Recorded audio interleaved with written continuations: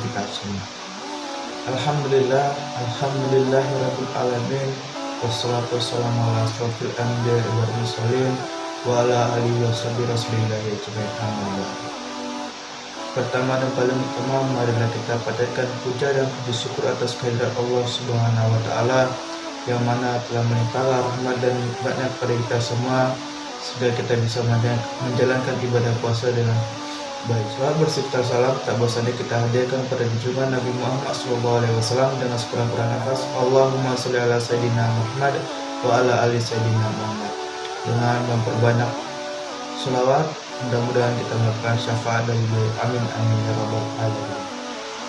Baiklah, pada video kali ini saya akan menerangkan atau menjelaskan materi yaitu tentang sejarah peradaban Islam pada masa Khulafaur Rasyidin, dari masa Abu Bakar hingga Ali bin Abi Thalib.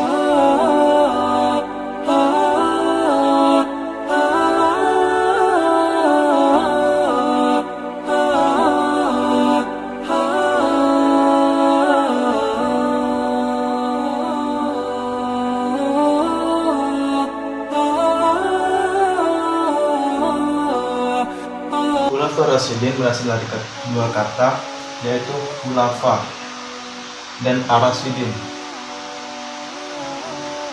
Khulafa berasal dari kata jamak, yaitu khalifah, yang berarti pemimpin. Sedangkan ar-rasyidin merupakan atau yang memiliki arti mendapat petunjuk.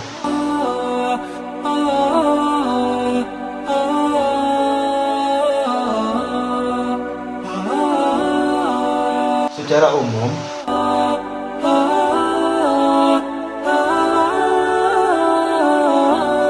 Khulafaur Rasyidin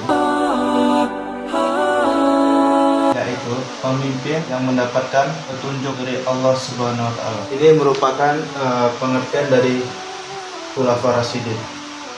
Khulafa berasal dari dua kata, yaitu khalifah dan ar-rasyidin. Khalifah itu pemimpin dan ar-rasyidin itu yang memiliki arti mendapatkan petunjuk. Secara keseluruhan, Khulafaur Rasyidin yaitu pemimpin yang mendapatkan petunjuk dari Allah Subhanahu wa taala.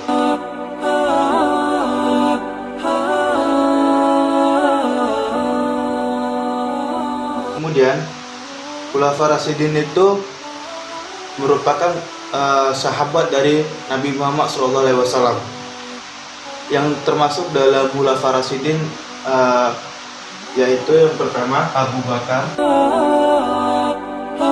Umar bin Khattab,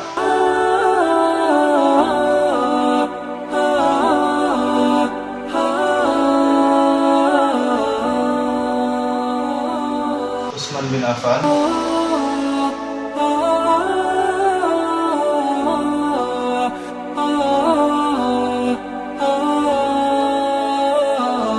dan Ali bin Abi Thalib.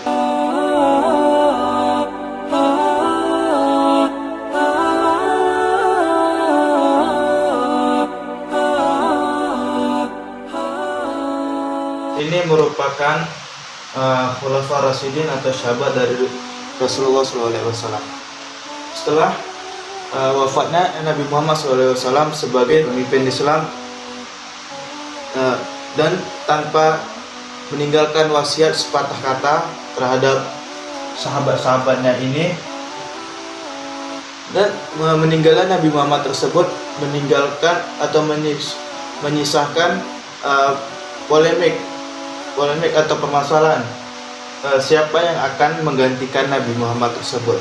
Dan akhirnya para sahabat ini pun berdebat hingga menyebabkan tertundanya pemakaman Nabi Muhammad SAW. Kemudian para sahabat ini mengajukan calon-calon yang akan menjadi pemimpin selanjutnya, yaitu seperti Ali bin Abi Thalib mengajukan Ahlul Bait yang sebagai calon, Abu Bakar kelompok Muhajirin, sedangkan Sa'ad bin Ubadah bin Ubadah mengajukan kaum Ansor.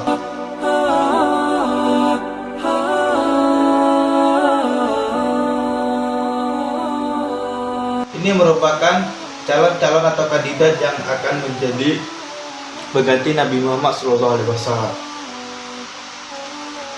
Namun, setelah dimakamkan Nabi Muhammad SAW, akhirnya Abu Bakar, Umar bin Khattab, Utsman bin Affan, dan Ali bin Abi Thalib, mereka berdiskusi kembali untuk menentukan siapa yang akan menjadi pemimpin, dan didapatlah hasil diskusi tersebut. Yang maju sebagai pemimpin kekhalifahan selanjutnya yaitu Abu Bakar As-Siddiq. Baik, kita akan mengulas pemerintahan atau kekhalifahan Abu Bakar As-Siddiq.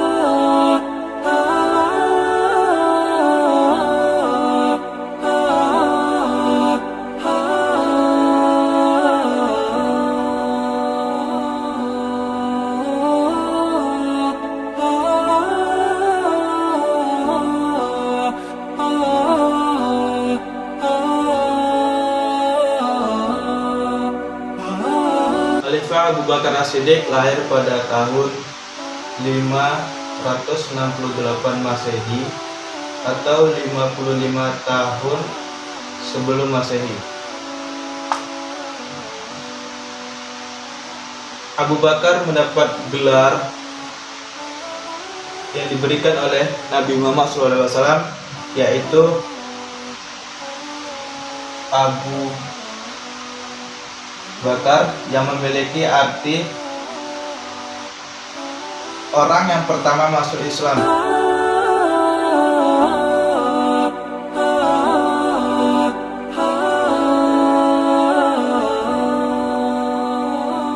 Atau as-sabiqun awalun.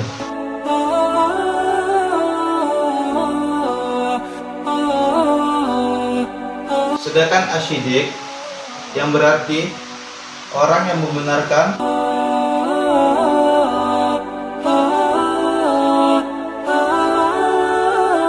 pertama kali Nabi Muhammad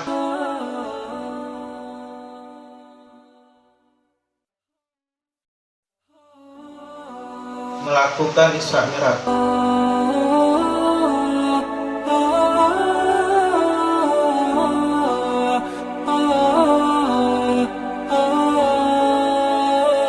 Inilah gelar yang diberikan oleh Nabi Muhammad kepada Abu Bakar As-Siddiq.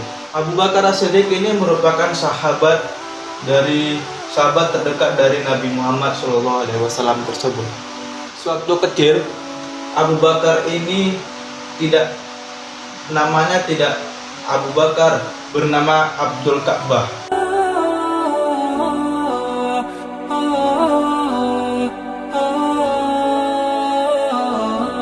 Nama ini diberikan oleh ibunya sewaktu ibunya memiliki nazar.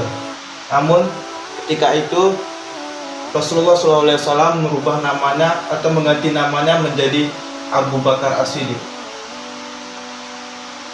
Dalam masa kepemimpinan Abu Bakar As-Siddiq ini tidaklah mulus. Banyak sekali rintangan atau cobaan yang dihadapi oleh Abu Bakar As-Siddiq, yaitu seperti siapa yang memimpin kekhalifahan selanjutnya setelah wafatnya Nabi Muhammad, kemudian menumpas atau memerangi nabi palsu, kemudian memerangi masyarakat atau warga yang tidak tunduk kepada pemerintahan Madinah.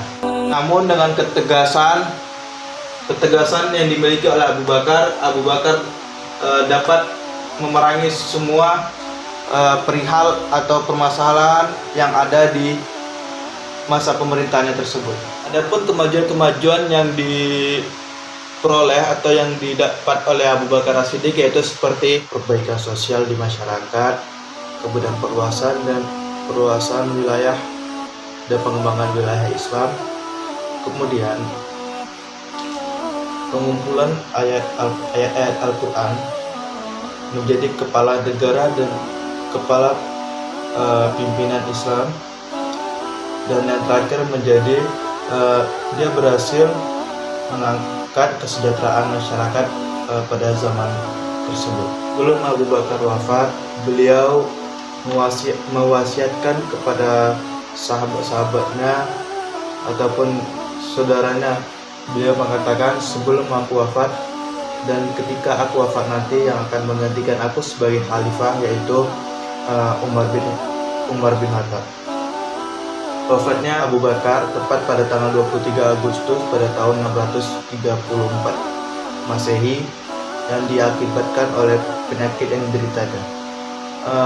Pemakamannya dilakukan yang mengurus pemakaman atau yang memakamkan Abu Bakar As-Siddiq yaitu Aisyah, anaknya sendiri, yang dimakamkan di samping makamnya Nabi Muhammad SAW. Selanjutnya kita membahas tentang Khalifah Umar bin Khattab.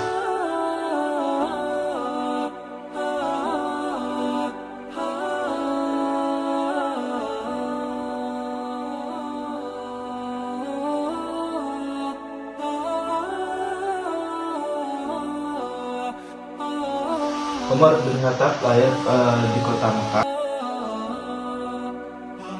pada tahun 583 Masehi atau 12 tahun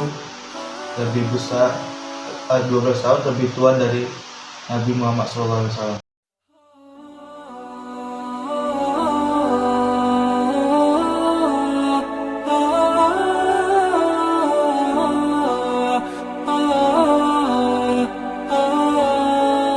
Umar bin Khattab berasal dari suku Adi.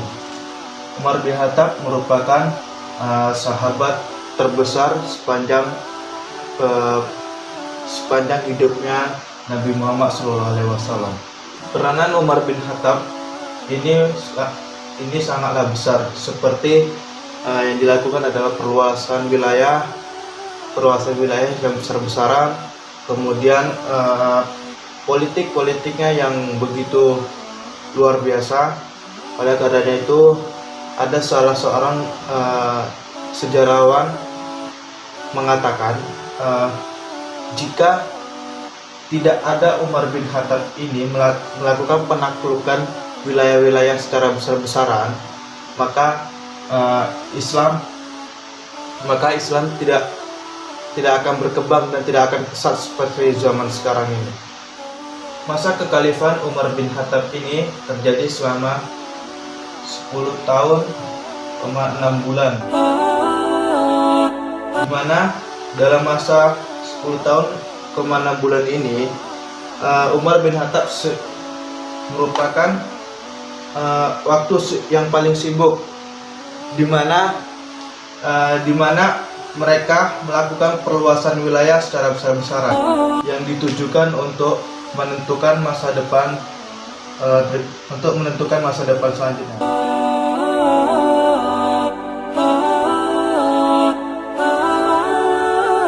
Pada masa Umar bin Khattab ini, pemerintahan Romawi dan Persia itu dikuasai setengahnya oleh Umar bin Khattab. Pada pemerintahan Umar bin Khattab ini, Roma Timur atau Bizantium berhasil dikuasai setengahnya. Oleh karena itu Bizantium kehilangan setengah dari kekuatannya. Pada masa Umar bin Khattab ini juga beliau mengambil alih pemerintahan Imperium Persia yang berasal dari Imperium Persia hingga ke Asia Tenggara. Seperti halnya dengan Abu Bakar As-Siddiq tadi, Umar bin Khattab ini tinggal di rumah sederhana yang hari-harinya menjadi masyarakat biasa. Namun Umar bin Khattab ini banyak disegani oleh segala kalangan baik itu masyarakat biasa maupun oleh lawan-lawannya. Selama pemerintahan Umar bin Khattab ini banyak terjadi perubahan atau perkembangan Islam itu sangatlah pesat. Umar bin Khattab ini berhasil mengambil alih kota Mesopotamia, Mesir, Persia, Syria, di mana ada dua negara adidaya, yaitu Persia dan Romawi. Yang sebelumnya kota Persia dan Romawi tersebut sudah berhasil ditaklukkan oleh Abu Bakar As-Siddiq. Namun pada kekhalifahan Umar bin Khattab ini beliau makin memperteguh atau memperkuat keislaman yang ada di kota tersebut.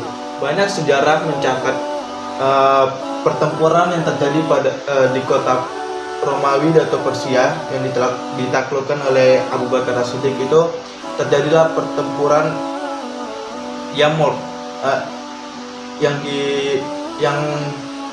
dilakukan di dekat Damaskus, dengan Umar bin Khattab ini dengan membawa pasukan sebanyak 20.000 melawan 70.000 pasukan Romawi, yang dimana pasukan Umar bin Khattab ini berhasil menaklukkan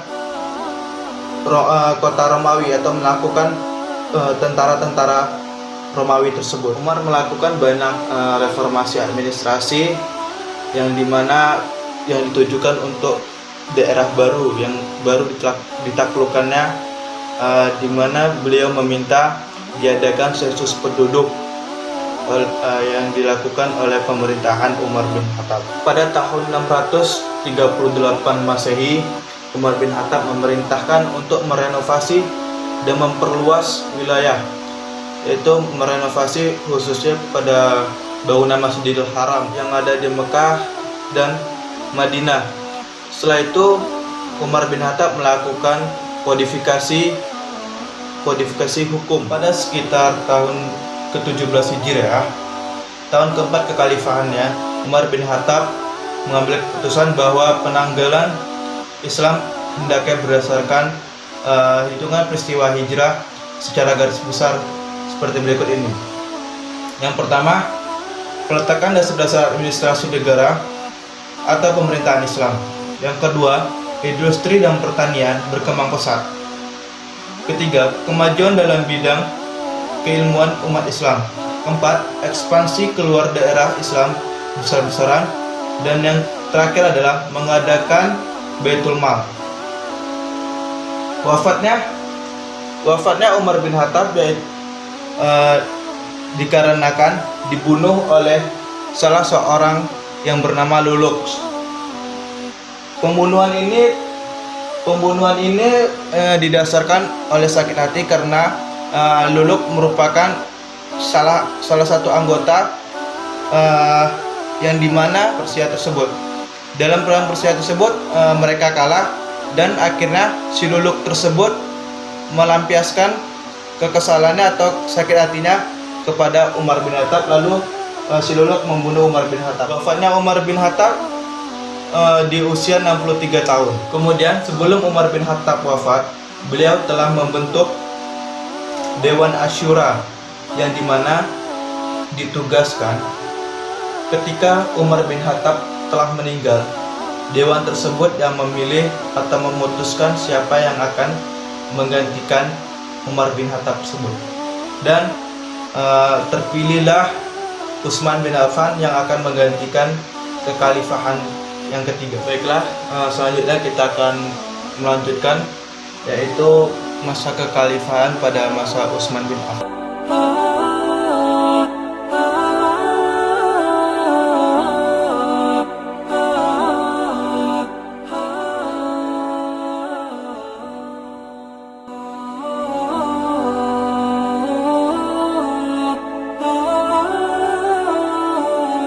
Utsman bin Affan ini lahir di Taif pada tahun 576 Masehi. Pengangkatan Utsman bin Affan ini sebagai khalifah yaitu dilakukan oleh dewan yang dibentuk oleh Umar bin Khattab, yaitu Asyura, yang beranggotakan 6 orang.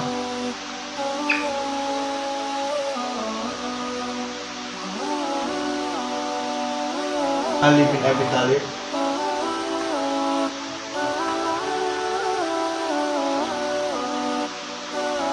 yang kedua Utsman bin Affan,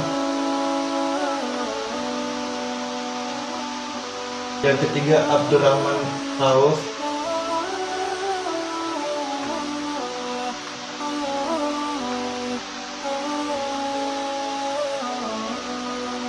yang keempat Zubair, yang kelima Sa'ad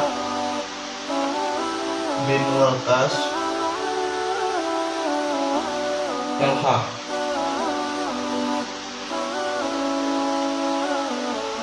Enam orang ini tersebut merupakan sahabat atau dewan yang dibentuk oleh Umar bin Khattab tadi, yang bertugas untuk menentukan siapa khalifah selanjutnya, dan terpilihlah Utsman bin Affan sebagai khalifah yang ketiga. Setelah kaum muslimin bersepakat membaiat Utsman bin Affan sebagai khalifah, dan setelah Abu Bakar As-Siddiq, Umar bin Khattab radhiyallahu anhu, ketika ditinggalkan oleh Umar bin Khattab, umat Islam berada dalam keadaan yang makmur dan bahagia. Oleh karena itu, Muslim pun bertambah luas. Khalifah Umar berhasil menciptakan politik di dalam negeri sehingga ia dapat membagi perhatiannya membagi perhatiannya untuk memperluas wilayah Islam. Dan ketika Utsman menjabat sebagai khalifah, ia meneruskan garis besar politik Umar. Ia melakukan berbagai ekspedisi untuk mendapatkan wilayah-wilayah yang baru. Kemudian kemajuan yang diraih di masa Utsman yaitu pembukuan Al-Quran pada akhir 24 Hijriah, kemudian penyatuan Quraisy, ekspansi wilayah Islam, perluasan Masjid Nabawi dan Masjidil Haram. Adapun rintangan yang dihadapi oleh Utsman bin Affan sangatlah banyak, seperti pemberontakan di Madinah, kemudian pengepungan Utsman bin Affan. Itu salah satu rintangan yang dihadapi oleh Utsman bin Affan. Wafatnya Utsman bin Affan yang disebabkan oleh pemberontakan yang diam-diam memasuki rumahnya. Wafatnya Utsman bin Affan terjadi pada tanggal 17 Juni 656. Selanjutnya yaitu Khalifah Ali bin Abi Thalib. Khalifah keempat adalah Ali bin Abi Thalib, merupakan keponakan dan menantu Nabi. Ali bin Abi Thalib, putra Abi Thalib bin Abdul Muthalib, adalah seseorang yang memiliki kelebihan. Selain itu adalah pemegang kekuasaan. Kekhalifahan Ali bin Abi Thalib diangkat kekhalifahan Ali bin Abi Thalib merupakan khalifah terakhir di dalam Khulafah Rasyidin.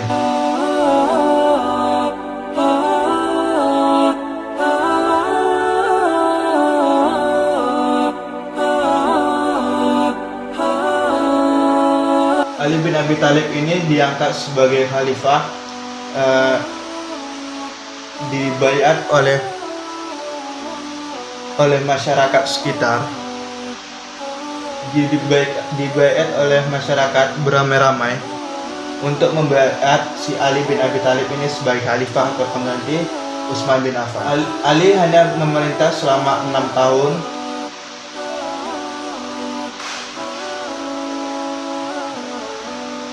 Ia mengalami banyak pemberontakan. Di masa pemerintahan Ali bin Abi Thalib ini banyak melakukan reformasi ataupun pemberontakan seperti pemecatan karyawan atau pegawai yang ditunjuk dahulunya oleh Utsman bin Affan, di mana ia juga melakukan penarikan tanah yang diajarkan Utsman kepada penduduk dengan menyerahkan hasil pendapatannya kepada negara. Adapun prestasi atau keberhasilan yang dilakukan oleh Ali bin Abi Thalib yaitu seperti memajukan dalam bidang ilmu bahasa, membenahi keuangan negara atau Baitul Mal, mengganti pejabat yang kurang konsisten, kemudian di dalam bidang pembangunan juga. Di dalam pemerintahan Ali bin Abi Thalib ini banyak terjadi ekspansi. Kemudian pada masa ini terlalu disibukkan oleh perpecahan di kalangan umat Islam sejak terbunuhnya Utsman bin Affan, kemudian terjadinya Waqiah Al-Jamah dan Tahkim sebagai bukti adanya kejadian dalam negeri yang harus diselesaikan. Intisari yang dapat diambil dari Khulafaur Rasyidin, dari Ali bin Abu Bakar As-Siddiq hingga Ali bin Abi Thalib, yaitu Islam di masa Khulafaur Rasyidin mengalami berbagai macam kemajuan di berbagai bidang. Meski ada beberapa permasalahan yang harus dihadapinya. Pada masa Khulafaur Rasyidin ini Islam mengalami kemajuan di masanya. Ini merupakan masa kekhalifahan terakhir pada masa Khulafaur Rasyidin. Telah kita dengarkan dan telah kita ambil hikmahnya dari masa pemerintahan pada masa Abu Bakar As-Siddiq hingga Ali bin Abi Thalib. Dan saya mohon pamit apabila ada kesalahan, saya mohon maaf. Semoga apa yang saya sampaikan bermanfaat bagi teman-teman sekalian. Sekian, terima kasih. Wassalamualaikum warahmatullahi wabarakatuh.